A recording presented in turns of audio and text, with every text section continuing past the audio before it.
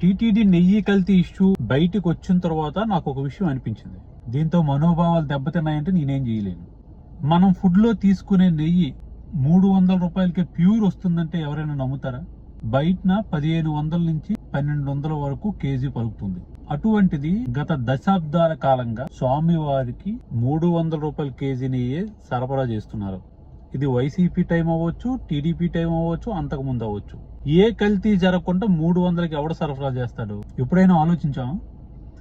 Deccan Chronicle కూడా SIT report అని చెప్పి అదే రాసింది. కల్తీ నెయ్యిలో జరిగింది టీడీపీ టైంలో, వైసీపీ టైంలో కూడా అని చెప్పి చెప్పింది. నిన్న జన సైనికులు ఒక ట్వీట్ చేస్తూ అదే చేశారు. 400 రూపాయలకే నెయ్యి కొంటే కల్తీ జరగక ఏం జరుగుతుందని.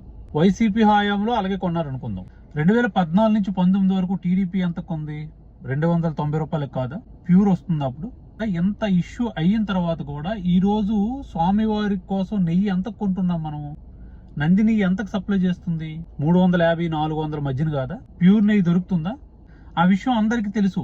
కానీ కావాలనే రాజకీయం చేసి హిందూ భక్తుల మనోభావాలతో ఆడుకున్నారు.